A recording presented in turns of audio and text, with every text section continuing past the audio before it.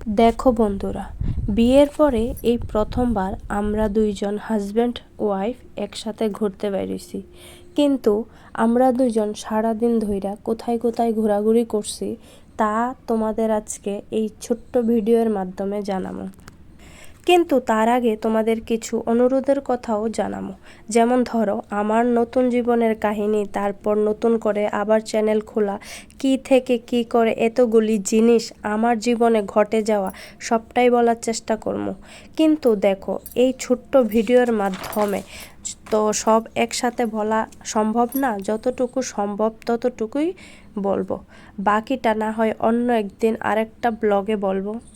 তো তোমরা সবাই আমার পাশে থেকো, ভিডিওটা স্কিপ করবা না, তাহলে সব কিছু আস্তে আস্তে জানতে পারবা।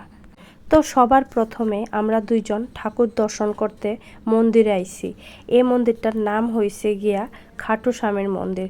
তোমরা হয়তো মনে মনে কইবা যে খাটু শ্যামের মন্দির তো রাজস্থানে, তো আমি কি রাজস্থানে গেছিনি? না, আসলে উত্তরপ্রদেশের আগ্রা ডিস্ট্রিক্টে এই খাটু শ্যামের মন্দির অবস্থিত। আচ্ছা, তোমরা হয়তো অনেকেই জানো না যে খাটু শ্যামের একটা কাহিনী আছে। তো আমিও আগে জানতাম না, কিন্তু এখন সবার থেকে শুনেই আমিও জানছি। তো কাহিনীটা হয়েছে গিয়া, কথায় আছে হারে কা সাহারা হতা হ্যায় খাটু শ্যাম। মানে হয়েছে গিয়া, যারা নাকি সর্বদিকে হারায়া, কোনো ধরনের রাস্তা কুল কিনারা সব কিছু হারায়া, তারা যদি নাকি খাটু শ্যামের মন্দিরে আয়া মন থেকে পূজা দিলে এবং দর্শন করলে সব কিছু আবার পুনরায় ফিরা পায়। তার কারণে কিন্তু আমার একটা ঘটনা তোমার কাছে কইতাছি। আমার হাজব্যান্ডও যখন সব দিকে কুল কিনারা হারায়া বইছিল, তখন খাটু শ্যামের মন্দিরে গিয়া প্রার্থনা করছিল যে আমারে পাওয়ার লাগিয়া, নইলে কিভাবে সম্ভব যে আমরা দুইজনের ভালোবাসা পূর্ণতা ফিরে পাওয়া। কারণ আমরা দুইজনের লাভ রিলেশনশিপ এতটাই লং ডিস্টেন্স যে প্রথমে দুই পরিবার থেকে অস্বীকার, তারপর সব কিছু ঠিকঠাক হয়ে গেল। সবটাই খাটু শ্যামের আশীর্বাদেই সম্ভব। তো তোমাদেরকে বলছি, যদি তোমরা এই ধরনের কোনো সব দিকে কুলকিনারা হারাইয়া বইয়া রইছ, তারা খাটু শ্যামের মন্দিরে আয়ো, একবার পূজা দর্শন করলেই বিশ্বাস করো সব কিছু ফিরা পাইবা। তো আমিও বিশ্বাস করি, যেহেতু আমার হাজব্যান্ড ওইখানে গেছিল একদম কুল কিনারা হারায়া। তো আমরা দুজনের ভালোবাসা লং ডিস্টেন্স, আর কতটা লং ডিস্টেন্স এটা তোমরা ভিডিও লাস্টে কইয়া দেবো। তো এখন হয়েছে গিয়া, তারপরে দেখতে পারতাছ আমি আর আমার হাজব্যান্ড বয়া বয়া ঠাকুরের খাটু শ্যাম মন্দিরের ভক্তি পাঠ শুনতাছি। আর হয়েছে গিয়া, এখানে ক্যামেরা করা যায় না, লুকাই লুকাই ক্যামেরা করছি। তারপরে দেখো আমার মুখের মধ্যে কি মেকআপ ভাইসা ভাইসা উঠছে। আর আরেকটা কথা, আমার হাজব্যান্ড ঠাকুরের প্রতি যে এতটাই ভক্তি শ্রদ্ধা, সত্যি আমি দেখা মুগ্ধ। তারপর আমরা সেকেন্ড প্লেসে আয়া পড়ছি। সেকেন্ড প্লেস কইয়াই পড়ছি, তোমরা তো মনে করো যারা যারা আইছো বা ইতিহাস পড়ছো তারা হয়তো ধারণা করে এটা হয়েছে গিয়া সিকান্দারের আকবরের মাকবারা। তো এইখানে হইল গিয়া আকবরের অরিজিনাল কবরস্থান। তো ভিতরে যামো আস্তে আস্তে। তো এখনও আমরা বাইরেই আছি, আর বাইরের থেকে কিন্তু আমার হাজব্যান্ড আমারে কইতাছে যে এখান থেকে তুমি এন্ট্রিটা দো। কিন্তু সত্যি কথা যেটা, আমি এন্ট্রি দিছি খুব সুন্দর করেই হইছে গিয়া, প্রচণ্ড মানুষ আইতাছে, অনেক স্টোরিজ আইতাছে এখানে ঘোরাঘুরির লেগা। আর আমি যেদিকে কইতাছি এন্ট্রি দিতাছি, শোনা যাইতাছে না, মানুষের খুব নয়েজ হইতাছে। তো আমার হাজব্যান্ড আমার কইতাছে আচ্ছা যাই হোক, তুমি আগে আগে যাও, আমি ভিডিও কইরা দিতাছি। আর আমার হাজব্যান্ড কিন্তু খুব সুন্দর করে ভিডিও করে, আমার ভালো লাগে। দেখো আমারও ভিডিও করছে, তারপরে চারিদিকে যে প্রাকৃতিকের সবুজ গাছপালা, এইগুলি সবচাইতে বেশি আমার ভালো লাগে। আর আমার ভিডিওর মাঝখানে দেখতেই পারতাছো খুব সুন্দর করে আমার হাজব্যান্ড ভিডিও করছে। তো আমারে একটা কাজের থেকে একটু মুক্ত করে দিছে, যে এডিটিং ততটা বেশি করতে লাগতো না। আর আমি হাঁটতে হাঁটতে কইতাছি আমার পিছে দিয়ে শাড়িটা উঠটা যাইতেছে, একটু টান দিয়া দো টান দিয়া দো।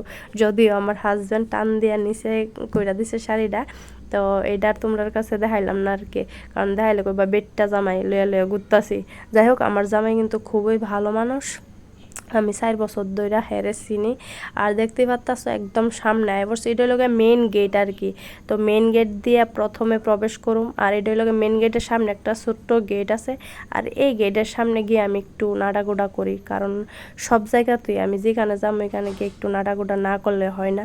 কারণ আমি তো ত্রিপুরার, তার লেগে ত্রিপুরার মায়া হইয়া যদি নাড়াগোড়া না করি এটা কি হইব? কারণ বেশিরভাগ মানুষই জানে যে ত্রিপুরার মায়া ফান একটু নাড়াগোড়া করে। তো যাই হোক, এটা একটা জোকসের পার্ট আছিল, তোমরা চাই আবার সবাই কিন্তু মাইন্ডে নিও না। পরে আমার কমেন্টের ভিতরে পরে বললাম অনেক ধরনের অনেক ডাস্টবিনটার মতো শুরু হয়ে যাবে। যাই হোক, দেখো আমি সামনে আয়া পড়ছি।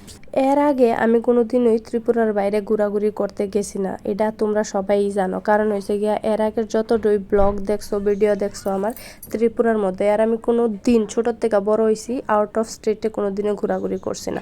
তো আমার হাজব্যান্ডে সব জায়গায় ঘোরাঘুরি করছে, হ্যাঁ ভালোভাবে জানে সব জায়গার মানে কিভাবে কি করতে হয়।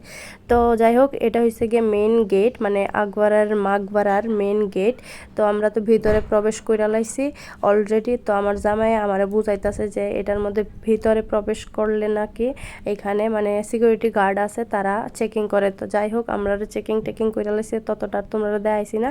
তো চেকিং করে দেয় অনেকটা দূরে, কিন্তু মেইন যে কবরস্থান এইটা। তো এই জায়গাটা আইটা যাইতেই বা, তার মধ্যে তোমরা দেখতাছো ভিডিওর মধ্যে কোনো ধরনের কোনো রৌদ্র নাই, কিন্তু যখন আমি গেছি তখন বুঝছি যে কত দানে কত সাল, মানে এতটা গরম। আর আমরা আগের থেকে ছাতি টাতি আনছি না, আর কেডা জানে যে ঘুরতে আইলে ছাতি মাতি লই আয়, তো ওই ভাইবই আমরা কিন্তু ছাতি মাতি আনছিলাম না।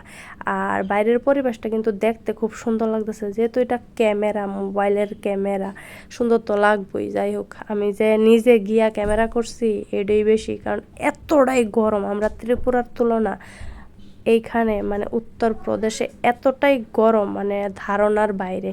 সত্যি আমি প্রথমে এখানে আয়া মানে একদম অস্থির, আর আমি মানে মানায় নিতে পারতাছি না নিজে।